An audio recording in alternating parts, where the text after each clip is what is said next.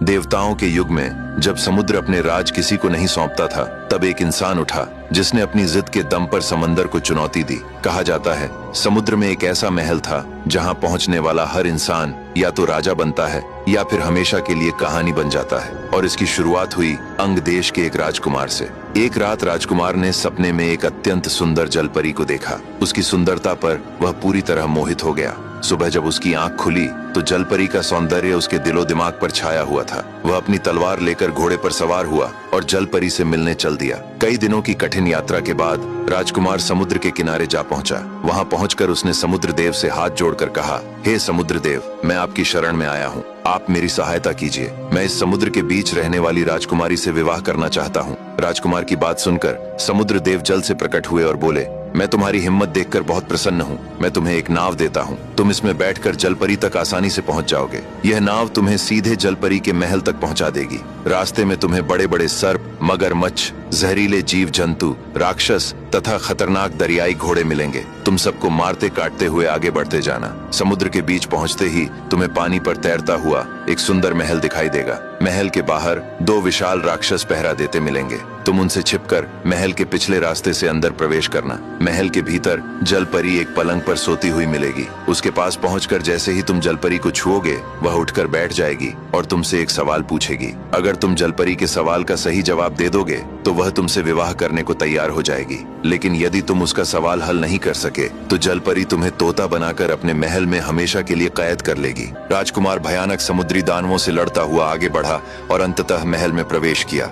वहां उसने देखा कि जलपरी सो रही है। जैसे ही राजकुमार ने उसे छुआ, जलपरी की नींद खुल गई। उसने कहा, मुसाफिर, आपका स्वागत है, बताओ किस उद्देश्य से आए हो। राजकुमार ने कहा, मैं आपसे विवाह करना चाहता हूँ। ये सुनकर जलपरी बोली, इसके लिए तुम्हें पहले मेरे लिए एक वस्तु लानी होगी। समुद्र के पश्चिम में आधे वर्ष की दूरी पर गंधर्वों का देश है। वहाँ की राजकुमारी 16 वर्ष की एक अत्यंत सुंदर कन्या है जो एक बेताल से प्रेम करती है। उस बेताल के पास एक मणि है। यदि तुम वह मणि मेरे लिए ले आओ तो समझो मैं तुम्हारी हो गई। राजकुमार ने जलपरी से वादा किया और भयानक समुद्री जीवों से भरे रास्तों को पार करता हुआ किसी तरह समुद्र से बाहर निकला। लंबी यात्रा के बाद वह थक गया और एक पेड़ के नीचे बैठकर विश्राम करने लगा। तभी उसने देखा कि वहाँ एक बूढ़ा आदमी बैठा है जिसके पास एक कुतिया है। वह उससे ऐसे प्रेम कर रहा था मानो वह उसके लिए बहुत ही विशेष हो। राजकुमार ने उससे कहा, बाबा, लगता है आपका इस कुतिया से बहुत गहरा नाता है। इतना सुनते ही बूढ़ा रोने लगा। राजकुमार चकित रह गया कि उसने ऐसा क्या कह दिया जिससे वह रो पड़ा। कुछ देर बाद बूढ़ा बोला, बेटा, ये कुतिया कोई जानवर नहीं बल्कि मेरी पत्नी है और इसके इस रूप में आने का कारण भी मैं ही हूँ। उसने कहा, मैं अंग देश के एक धनी परिवार में जन्मा था। एक दिन मैं सरोवर के किनारे जा रहा था, तभी मैंने एक स्त्री को देखा। उसकी सुंदरता और उसके यौवन ने मुझे ऐसा बांध लिया कि मेरा खाना पीना छूट गया और मैं बीमार पड़ गया। मेरे पिता एक धनी व्यापारी थे और दूर दूर तक उनकी पहचान थी। जब उन्होंने कारण पूछा तो मैंने उन्हें उस स्त्री के बारे में बता दिया। पता चला कि वह स्त्री उनके एक दूर के मित्र की बेटी थी। इस तरह मित्रता रिश्तेदारी में बदल गई और वह स्त्री मेरी पत्नी बन गई। शादी के दूसरे ही दिन जब हम भोजन करने बैठे तो मैं अपनी रीति के अनुसार भरपेट खाने लगा, लेकिन मेरी पत्नी एक छोटी सी कान खोदने की सलाई से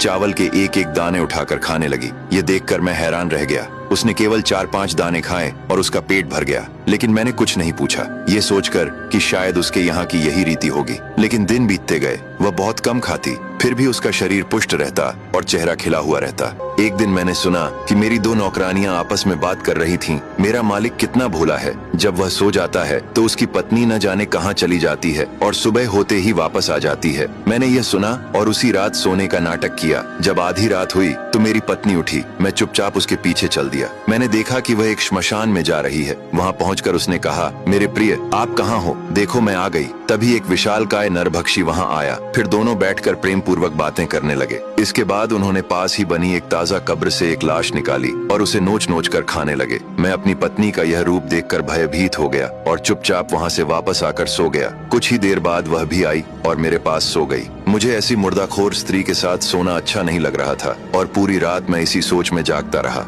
अगले दिन हम फिर से साथ खाने बैठे। वह चावल के एक एक दाने को खाने लगी। मैंने उससे पूछा, तुम कुछ खाती क्यों नहीं? मैं देख रहा हूँ कि चावल के कुछ दाने खाकर ही तुम्हारा पेट भर जाता है, जबकि यहाँ खाने के लिए इतने सारे व्यंजन हैं। लेकिन शायद जो स्वाद मनुष्य के मांस में है वह इस भोजन में कहाँ है? इतना सुनते ही उसका चेहरा क्रोध से लाल हो गया। वह गरजते हुए बोली, अब भागे, तूने अपनी मौत बुला ली है। अब देख, तू इस काबिल नहीं रहेगा कि कुछ बोल भी पाए। इतना कहकर उसने एक मंत्र पढ़ा और कहा, तू इंसानी देह छोड़कर एक कुत्ता बन जा। मेरा रूप बदल गया और मैं रोने लगा। उसने मुझे डंडे से बहुत मारा, लेकिन किसी तरह मैं वहाँ से भाग निकला। अगर मैं नहीं भागता तो शायद मेरे प्राण ही निकल जाते। मैं भटकते भटकते एक व्यापारी के घर पहुँचा। वह व्यापारी भला इंसान था। उसने मुझे कुछ रोटियां खाने को दी और मैं उसके घर में रहने लगा। एक रात मैंने देखा कि आधी रात को व्यापारी की पत्नी चुपचाप निकल गई। मैंने भी उसका पीछा किया। वह एक बाग में पहुंची जहां एक तंदुरुस्त नौजवान युवक आया। दोनों प्रेम पूर्वक बातें करने लगे। फिर उन्होंने संबंध बनाए और सुबह होने से पहले वह वापस लौट आई। ये देखकर मैं हैरान रह गया। मेरा दुख तो मेरी पत्नी के कारण पहले से ही था, पर वह बेचारा व्यापारी भी मुझसे कम अभागा नहीं था। ये सिलसिला कई दिनों तक चलता रहा। एक रात जब वह स्त्री अपने प्रेमी के पास पहुंची तो देखा कि वह युवक जमीन पर पड़ा हुआ है। उसने उसे पुकारा, पर वह कुछ नहीं बोला, क्योंकि उसे सांप ने काट लिया था और उसकी मृत्यु हो चुकी थी। यह सब पास के एक पीपल के पेड़ पर बैठा एक पिशाच देख रहा था। उसी समय वह पिशाच उस युवक के शरीर में प्रवेश कर गया और फिर उसी रूप में उस स्त्री के साथ प्रेम करने लगा। थोड़ी ही देर बाद उसने स्त्री की नाक काट ली। वह चीखती हुई वहां से भागी और घर आकर देखा कि उसका पति गहरी नींद में सो रहा है और वह चुपचाप उसके पास लेट गई। कुछ देर बाद वह जोर जोर से रोने लगी। आसपास के सभी लोग इकट्ठा हो गए। तब स्त्री ने कहा, इन्होंने मेरी नाक काट दी है। व्यापारी बार बार कहता रहा कि उसने कुछ नहीं किया, लेकिन यह बात राजा तक पहुंच गई। राजा को इतना क्रोध आया कि उसने उस निर्दोष व्यापारी को मौत की सजा सुना दी और इस तरह एक निर्दोष व्यक्ति की मौत हो गई। मैं ये सब भीड़ में खड़ा देखकर सोच रहा था कि स्त्रियां कैसी कैसी हो सकती हैं। इन घटनाओं से टूटकर मैं वह घर छोड़कर जादू से ग्रस्त कुत्ते के रूप में भटकते भटकते एक वैद्य के घर के सामने जा पहुंचा। वह वैद्य अपने छोटे से दवाखाने में जड़ी बूटियों और औषधियों का काम करता था। मुझे देखकर उसे दया आ गई तो उसने मुझे वहीं रहने दिया। मैं उसकी दुकान की रखवाली करने लगा। वह मुझे खाने को देता और कभी कभी अपने घर भी ले जाता। एक दिन वैद्य ने अपनी बेटी को बुलाया। तब उसकी बेटी ने संकोच से कहा, पिताजी, मैं किसी पराये इंसान के सामने कैसे आऊं? वैद्य चौंक गया और बोला, यहाँ पराया कौन है? मैं हूँ और ये कुत्ता। तब बेटी मुस्कुराकर बोली, पिताजी, ये कोई साधारण कुत्ता नहीं है, ये जादू से बदला हुआ इंसान है। यह सुनते ही वैद्य हैरान रह गया। उसकी बेटी ने अभिमंत्रित जल तैयार किया और मुझ पर मंत्र पढ़कर छिड़क दिया। देखते ही देखते मैं फिर से इंसान बन गया। तब मैंने उस सुंदरी को अपनी पूरी कहानी सुना दी। वह बोली, मुझे तुम्हारी पत्नी के बारे में सब पता है। हमने एक ही जादूगरनी से विद्या सीखी थी, लेकिन उसने इंसानों की मर्यादा तोड़ दी। वह एक राक्षस के प्रेम में पड़ गई थी, इसलिए हमने उससे नाता तोड़ लिया। लेकिन अब चिंता मत करो, मैं तुम्हारी मदद करूंगी। उसने मुझे एक छोटी सी बोतल में अभिमंत्रित जल दिया और कहा, इसे अपनी पत्नी पर छिड़कना और जो भी रूप देना चाहो उसका नाम ले लेना। मैं वह जल लेकर अपने घर पहुंचा। मेरी पत्नी को मेरे लौटने का जरा भी अंदाजा नहीं था। मुझे जीवित सामने खड़ा देखकर वह डर गई। उसके भागने से पहले ही मैंने उस पर जल छिड़कते हुए कहा, कुत्तियां बन जा, और पल भर में वह कुत्तियां बन गई। उस दिन से मैं इसे अपने साथ लिए घूमता हूँ। ये पूरी कहानी मैंने तुम्हें सुनाई ताकि तुम समझ सको कि इस संसार में न्याय और अन्याय का चक्र कैसे घूमता है। बूढ़ा राजकुमार से बात कर ही रहा था, तभी एक पिशाचिनी हाथ में बड़ी तलवार लिए उनकी ओर आई और गरज कर राजकुमार से बोली, बताओ, तुमने मेरे बच्चे को क्यों मारा? राजकुमार यह सुनकर हक्का बक्का रह गया। उसने कांपती आवाज में कहा, मैंने किसी का वध नहीं किया। तब पिशाचिनी क्रोध से दहाड़ उठी और बोली, जब तुम उस बूढ़े की कहानी सुन रहे थे तब तुमने खजूर खाया और उसकी गुठलियां इधर उधर फेंक दी। उन्हीं में से एक गुठली मेरे बच्चे की आंख में लगी, जिससे उसकी एक आंख फूट गई। अब या तो तुम मेरे बच्चे की आंख ठीक करो या अपनी जान देने के लिए तैयार हो जाओ। भय से कांपते हुए राजकुमार ने कहा, यह सब मुझसे अनजाने में हुआ है, क्या इसका कोई और उपाय नहीं? तब पिशाचिनी ने कहा, इसका एक उपाय है, एक जादुई जड़ी बूटी निशारसा। यह जड़ी साल में केवल एक बार पूर्ण चंद्रमा की रात को खिलती है, लेकिन वह किसी साधारण जगह पर नहीं, वह 7 पहाड़ों के पार और समुद्र की गहराइयों के नीचे बसे एक प्राचीन और रहस्यमय लोक सप्तशैल समुद्र लोक में छिपी है। प्राचीन ग्रंथों में लिखा है कि वहां जादू और प्रकृति एक दूसरे में घुले हुए हैं। निशारसा की रखवाली एक रहस्यमयी बिस्कन्या करती है और उसे पाने के लिए कई जादुई पहरेदारों और घातक चुनौतियों से गुजरना पड़ता है। अगर उसे तुम ले आओ तो मेरे बच्चे की आंख ठीक हो जाएगी। राजकुमार ने दृढ़ स्वर में कहा, मैं वह जड़ी बूटी अवश्य लेकर आऊंगा। यह कहकर वह उस जादुई जड़ी बूटी की खोज में निकल पड़ा। चलते चलते रात हो गई। थकान से चूर होकर वह एक पेड़ के नीचे सो गया, लेकिन जब उसकी आंख खुली तो वह पिंजरे में कैद था। पास के कबीले के लोग उसे पकड़ कर ले आए थे। उस कबीले का एक भयावह रिवाज था, साल में एक बार अमावस्या की काली रात को काली पहाड़ी पर इंसानी बलि देना। जब अमावस्या की रात आई तो कबीले का सरदार राजकुमार को पिंजरे में बंद कर काली पहाड़ी की ओर निकल पड़ा, लेकिन रास्ते में एक राक्षसी बाघ ने हमला कर दिया। कुछ ही पलों में उसने कबीले के सभी लोगों को मार डाला, पर राजकुमार पिंजरे में बंद होने के कारण बच गया। वह खतरनाक जंगल में अकेला कैद था। दूसरी रात राजकुमार ने एक विचित्र योद्धा को आते हुए देखा। उसने उसे पुकारा। वह योद्धा आधा भेड़िया और आधा मनुष्य के रूप में था। वह राजकुमार के पास आया। राजकुमार ने उसे अपनी सारी व्यथा सुनाई। योद्धा ने उसे पिंजरे से बाहर निकाला और कहा, भाई, तुम्हारी कथा तो बड़ी विचित्र है। मैं पास के राज्य की उत्तर दिशा का रक्षक हूँ। मैं तुम्हारी सहायता करूंगा। यदि तुम पैदल समुद्र लोक जाओगे तो 60 वर्ष लग जाएंगे। इस तरह तुम्हारी पूरी जिंदगी ही बीत जाएगी। लेकिन एक उपाय है, तुम मेरे राज्य चलो। हमारे राज्य में साल में एक बार एक प्रतियोगिता होती है। इस प्रतियोगिता में दूर दूर से सरदार, राजा, वीर योद्धा, राजकुमार और महारानियां एकत्र होती हैं। समुद्र लोक के पास की रानी रूपलेखा भी आती है, जो अपनी सुंदरता के लिए विख्यात है। यदि तुम्हारी किस्मत अच्छी रही और महारानी तुम्हें अपने साथ ले जाना चाहे तो तुम कुछ ही महीनों में वहां पहुंच जाओगे। राजकुमार उसके साथ एक विशाल भेड़िए पर सवार होकर चल दिया। कुछ दिनों बाद वह समय आ गया जब प्रतियोगिता होने वाली थी। कई देशों के योद्धा, राजकुमार, राजकुमारियां, रानियां और सरदार आने लगे। चारों दिशाओं से लोग इस प्रतियोगिता में पहुंचे, जिनमें रानी रूपलेखा भी आईं। उनकी सुंदरता के आगे तो अप्सराएं भी फीकी पड़ जाती थीं। सभी ने अत्यंत आदर के साथ उनका स्वागत किया। फिर तरह तरह की प्रतियोगिताएं हुईं, जिनमें दूर दूर से आए योद्धाओं ने खूनी खेल खेले। प्रतियोगिता समाप्त होते ही उस योद्धा ने राजकुमार का रानी रूपलेखा से भेंट कराया और उसके बारे में सब कुछ बताया। रानी एक पल के लिए चुप रही, फिर न जाने क्यों उन्होंने कहा, ठीक है, मैं तुम्हें अपने साथ ले चलूंगी, लेकिन वहां किसी जीवित इंसान को ले जाना आसान नहीं है। रास्ता बहुत ही खतरनाक है। हर कदम पर मौत इंतजार करती रहती है। यदि तुम्हारा भाग्य सही रहा तो तुम वहां पहुंच जाओगे। 5 दिन की यात्रा के बाद समुद्र के द्वार पर रानी पहुंची। रानी को समुद्र प्रेत ने रोकते हुए कहा, महारानी, इस समुद्र में जिंदा इंसान नहीं प्रवेश कर सकता है। अगर इसे ले जाना चाहती हो तो मुझे आपकी जीवन छाया चाहिए। रानी रूपलेखा कुछ क्षण मौन रही, फिर उन्होंने अपने पैरों के पास बहते जल में हाथ डाला। पानी से एक धुंधली काली नीली परछाई निकली, जो बिल्कुल उन्हीं जैसी थी। वह छाया जलप्रेत के भीतर समा गई। फिर रानी राजकुमार को लेकर आगे बढ़ गई। भयानक समुद्र में कई दिनों की यात्रा के बाद वह अपने राज्य में पहुंची। उन्होंने राजकुमार से कहा, तुम मेरे राज्य में ठहरो। पूर्ण चंद्रमा के दिन वह जड़ी बूटी खिलती है, लेकिन उसे पाने की एक विधि है। जब वह जड़ी बूटी खिलेगी तो उसके चारों तरफ विष करने वाला जादू उसकी रक्षा करता रहेगा। वह जादू सिर्फ विषकन्या के सामने होने पर ही समाप्त होता है, और अगर किसी ने उसे छूने की कोशिश की तो वह विष के जादू से मारा जाएगा। इसलिए तुम चुपके से विषकन्या के महल में प्रवेश करना और सोती हुई विषकन्या का गला काट देना, क्योंकि अगर वह जाग रही होगी और तुमने उसकी आंखों में देख लिया तो तुम पत्थर बन जाओगे।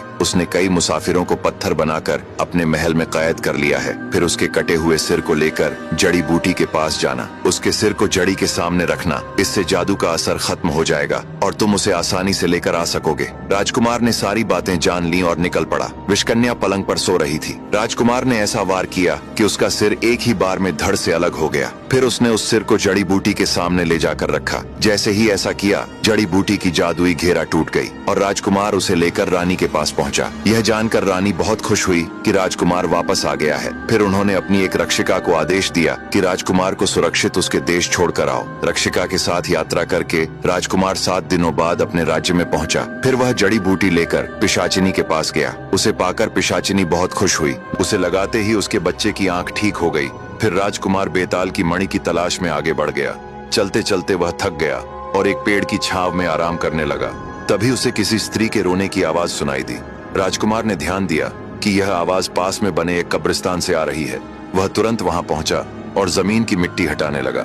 मिट्टी के नीचे एक सुंदर स्त्री दबी हुई थी।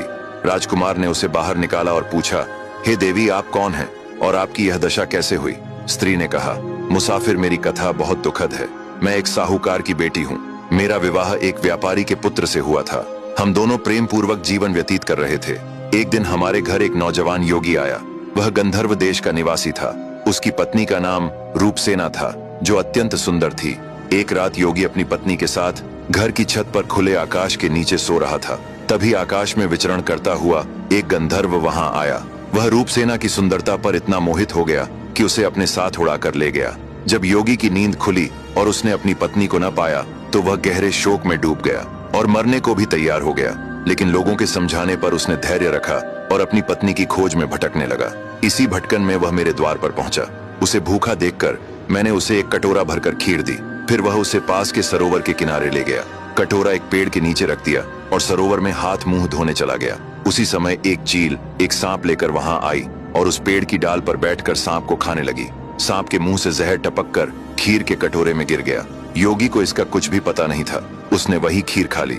जहर का असर होते ही वह तड़पने लगा और दौड़ता हुआ मेरे घर आया। वह बोला, तूने मुझे जहर दे दिया है। इतना कहते ही वह मेरी चौखट पर गिर पड़ा और उसकी मृत्यु हो गई। तभी आसपास के लोग इकट्ठा हो गए और मुझे योगी की मृत्यु का दोषी मानकर यहाँ लाकर जमीन में गाड़ दिया। पर शायद ऊपर वाले को मेरी बेगुनाही पता थी, इसलिए आप समय पर यहाँ पहुँच गए। यह सब सुनकर राजकुमार ने स्त्री को आश्वासन दिया कि वह उसे सुरक्षित उसके घर पहुँचा देगा। कुछ दिनों की कठिन यात्रा के बाद दोनों उसके घर पहुँचे। घर पहुंचकर स्त्री ने राजकुमार से पूछा, आप किस उद्देश्य से निकले हैं? तब राजकुमार ने बताया कि उसने स्वप्न में एक सुंदर जलपरी को देखा था और उससे विवाह करने की अभिलाषा लेकर समुद्र देव से सहायता मांगी। समुद्र देव की कृपा से वह जलपरी तक पहुंचा, पर जलपरी ने एक कठिन शर्त रख दी। विवाह तभी संभव होगा जब वह बेताल लोक के राजकुमार की सिर की मणि उसे लाकर देगा। उसी मणि की खोज में भटक रहा हूँ। यह सुनकर स्त्री बोली, तुम्हारा मार्ग अत्यंत दुर्गम है, पर मैं तुम्हारी सहायता अवश्य करूंगी। हर वर्ष बेताल लोक में एक भयानक प्रतियोगिता होती है जिसमें आसपास के योद्धा और राजकुमार भाग लेते हैं। वे एक दूसरे से युद्ध करते हैं और जो योद्धा पराजित हो जाता है वह विजेता का दास बन जाता है। यदि तुम इस बार उस अजेय योद्धा को परास्त कर सको तो वह तुम्हारे अधीन हो जाएगा। तब तुम चाहो तो उसकी जान ले सकते हो या केवल मणि प्राप्त कर सकते हो। पर आज तक कोई भी उसे पराजित नहीं कर पाया है, लेकिन इस कार्य के लिए मेरे पास तुम्हारे लिए कुछ है। उसने आगे बताया कि जब वह गंधर्व देश में रहती थी तब गंधर्वों के गुरु उसके घर आए थे। उसने उनकी निष्ठा से सेवा की थी। प्रसन्न होकर उन्होंने उसे वरदान मांगने को कहा था जिसे उसने भविष्य के लिए सुरक्षित रखा था। आज वह समय आ गया है। यह कहते हुए उसने थोड़ा सा जल लिया और भूमि पर छिड़क दिया। क्षण भर में गंधर्व देव प्रकट हो गए। स्त्री ने विनम्रता से कहा, गुरुदेव, मेरा वरदान यह है कि यह राजकुमार बेताल लोक के युद्ध में विजयी हो। गंधर्व देव ने नेत्र बंद किए और एक दिव्य गंधर्व योद्धा की आत्मा को प्रकट किया और उस आत्मा को उन्होंने राजकुमार के भीतर प्रविष्ट कर दिया। फिर आशीर्वाद देते हुए कहा, तुम्हारी विजय निश्चित है। यह कहकर वे अंतर्ध्यान हो गए। राजकुमार ने उस स्त्री को धन्यवाद दिया जिसने उसकी सहायता की थी और अपने लक्ष्य की ओर बढ़ गया। उत्तर दिशा के दुर्गम पथों को लांघता हुआ वीर राजकुमार बेतालीन के रहस्यमय देश में पहुंचा। वह देश धुंध, तंत्र और मौन से घिरा था, जहां सूर्य भी संकोच से प्रकाश देता था। राजकुमार वहीं ठहर गया, उस महान प्रतियोगिता की प्रतीक्षा में जिसके विषय में कहा जाता था कि वह भाग्य और मृत्यु दोनों का निर्णय करती है। नियत दिन पर चारों दिशाओं से असंख्य योद्धा एकत्र हुए। रणभूमि में शंखनाद हुआ। युद्ध प्रारंभ होते ही धरती रक्त से लाल हो उठी। एक एक कर सभी योद्धा पराजित होते चले गए और अंत में केवल वही शेष रहा, वैशाली का मणिधारी बेताल योद्धा जिसकी मणि में प्रेतलोक की शक्ति समाई थी। तभी राजकुमार रणभूमि में उतरा। घोर युद्ध हुआ, आकाश कांप उठा, दिशाएं थर्रा गईं और अंततः बेताल योद्धा परास्त हुआ। नियमों के अनुसार पराजित योद्धा विजेता का दास बन गया, परंतु राजकुमार ने न रक्त मांगा न जीवन। उसने केवल वह मणि मांगी जो शाप और शक्ति दोनों का केंद्र थी। विवश होकर बेताल ने उसे अपनी मणि सौंप दी। राजकुमार उस मणि को लेकर महीनों तक अज्ञात वनों, निर्जन पर्वतों से होता हुआ अपने राज्य लौटा, किंतु उसका उद्देश्य अभी अधूरा था। वह उस अथाह समुद्र की ओर चला जहां लहरों के पार जलपरी का जादुई लोक स्थित था। समुद्र तट पर पहुंचकर उसने समुद्र देव को पुकारा। तब समुद्र देव प्रकट हुए और उसे एक दिव्य नौका प्रदान की। उसी नौका पर सवार होकर राजकुमार ने क्रुद्ध समुद्री राक्षसों, सर्पों और भयानक भंवरों को पार किया और अंततः जलपरी के महल तक पहुंचा। राजकुमार को जीवित देखकर जलपरी की आंखों में वर्षों से कैद आशा जाग उठी। जैसे ही उसने वह मणि धारण की, समुद्री लोक का प्राचीन जादू टूट गया। जलपरी प्रकाश में विलीन हुई और एक अनुपम सौम्य कन्या के रूप में प्रकट हुई। राजकुमार उसे अपने महल ले आया। वहां दोनों का विधि पूर्वक विवाह हुआ और उन्होंने धर्म, प्रेम और शांति से परिपूर्ण जीवन व्यतीत किया। और इस प्रकार रहस्य, शाप और साधना से बुनी इस कहानी का अंत हुआ।